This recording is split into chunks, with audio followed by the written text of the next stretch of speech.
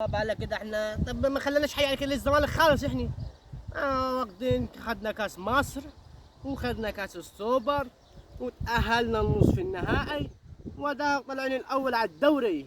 طب ما يعني سيبنا احنا على كده الفريق الباقي على كده احنا. الله الله الله الله يا نادي البطل والحرام.